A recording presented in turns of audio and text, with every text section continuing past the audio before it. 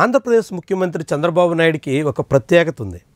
ఆయన విపక్షంలో ఉండగా ఏం చెప్తారో అధికారంలోకి వచ్చిన తర్వాత అందుకు పూర్తి విరుద్ధంగా కూడా వ్యవహరిస్తూ ఉంటారు. విపక్షంలో ఉన్నప్పుడు తప్పుపట్టినటువంటి విషయాన్ని పూర్తిగా ఆయన అధికారంలోకి వచ్చి అనుసరించేస్తూ ఉంటారు. అప్పుడు కాదు కాదు అన్నదే ఇప్పుడు అవును అవును అనేదానికి కూడా ఆయన ఏమాత్రం సంశయించరు. అలాంటి అనేక విధానాలను మనం ఉదాహరణగా చూపొచ్చు.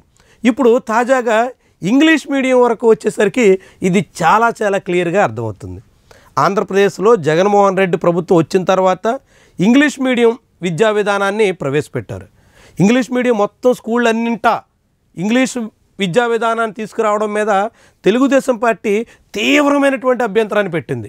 అనేక రకాలుగా ఆందోళన వ్యక్తం చేసింది. దాంతోపాటుగా ఏకంగా న్యాయస్థానాల్లో పిటిషన్లు కూడా వేసింది. బీజేపీకి చెందిన సుధీష్ రాంబొట్ల లాంటి నాయకులు, తెలుగుదేశం పార్టీకి చెందినటువంటి అనేక మంది కార్యకర్తలు దీని మీద పలు రకాలుగా అభ్యంతరం వ్యక్తం చేశారు.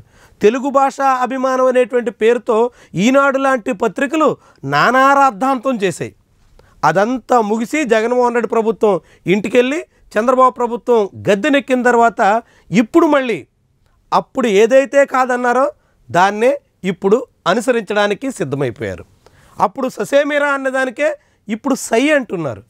అప్పుడు జగన్మోహన్ రెడ్డి తీసుకొస్తే అది తెలుగు భాషని భ్రష్టు పట్టించే విధానం అంటూ తీవ్రమైనటువంటి అభియోగాలు చేసినటువంటి వాళ్ళే ఇప్పుడు మళ్ళీ ఇంగ్లీష్ మీడియమే అన్నింటికీ మేలు, అన్ని రకాలుగా ప్రయోజనం, ఇంగ్లీష్ మీడియమే అవసరం అంటూ సమర్థించుకునే ప్రయత్నం చేస్తున్నారు. చాలా విడ్డూరమైనటువంటి విచిత్రమైనటువంటి వ్యవహారం. అప్పుడు కాదు కూడదన్నదే ఇప్పుడు అవును సరైనది అంటున్నటువంటి వ్యవహారం పూర్తిగా చంద్రబాబుకే చెల్లింది. ఇలాంటి పూర్తి విరుద్ధంగా వ్యవహరించేటువంటి తీరు కేవలం చంద్రబాబు నాయుడులో మాత్రమే చూస్తామేమో అన్నట్టుగా ఆయన వ్యవహార శైలి ఉంటుంది. ఆంధ్రప్రదేశ్లో ఇంగ్లీష్ మీడియం విద్యా విధానం కొనసాగిస్తూ తెలుగుని ఒక లాంగ్వేజ్గా కొనసాగిస్తాము అంటూ జగన్మోహన్ రెడ్డి ప్రభుత్వం చెప్పింది. అప్పుడు చంద్రబాబు నాయుడు, జనసేన పార్టీ నాయకత్వం అందరూ కూడా దాన్ని తప్పుపట్టారు. చివరికి జనసేన పార్టీకి చెందినటువంటి ఏకైక ఎమ్మెల్యేగా అప్పట్లో రాపాక వరప్రసాద్ ఇంగ్లీష్ మీడియాన్ని అసెంబ్లీ వేదికగా సమర్థించడంతో జనసేన నాయకత్వం చాలా సీరియస్ అయింది. ఇంగ్లీష్ మీడియాన్ని మేము వ్యతిరేకిస్తుంటే మా ఎమ్మెల్యేగా నువ్వు అక్కడ ఎట్లా సమర్థిస్తావు అంటూ ఆనాటి ఎమ్మెల్యే రాపాక వరప్రసాద్ మీద జనసేన నాయకత్వం చాలా ఆగ్రహం వ్యక్తం చేసింది. అలాంటి జనసేన, తెలుగుదేశం పార్టీ, బీజేపీ కూటమిగా ఇప్పుడు అధికారంలో ఉండి రాష్ట్రంలో అన్ని స్కూళ్లలో ఇంగ్లీష్ మీడియమే కొనసాగించాలి అని నిర్ణయం తీసుకున్నారు.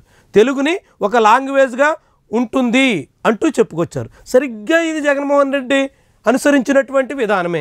జగన్మోహన్ రెడ్డి ఏదైతే అవసరమని చెప్పారో, ఏది వర్తమానంలో చాలా ముఖ్యమని భావించారో అదే విధానాన్ని ఇప్పుడు చంద్రబాబు నెత్తినెట్టుకున్నటువంటి తీరు ఆశ్చర్యం, ఆసక్తికరం, అత్యంత విస్మయకరంగా కనిపిస్తోంది.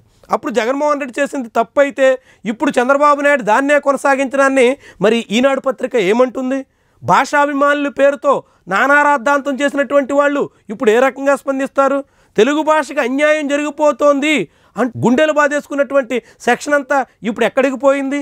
ఇలాంటి ప్రశ్నలు ఇప్పుడు సోషల్ మీడియాలో చాలా విస్తృతంగా వినిపిస్తున్నాయి. నారా లోకేష్ మంత్రిగా ఉన్నటువంటి విద్యాశాఖలో మొత్తం స్కూళ్ళన్నీ ఇంగ్లీష్ మీడియంలో కొనసాగించేదానికి సిద్ధమైనటువంటి తీరు చంద్రబాబు ధోరణి, ఆయన ప్రభుత్వ వ్యవహార శైలిని సుస్పష్టంగా జనానికి చాటుతోంది.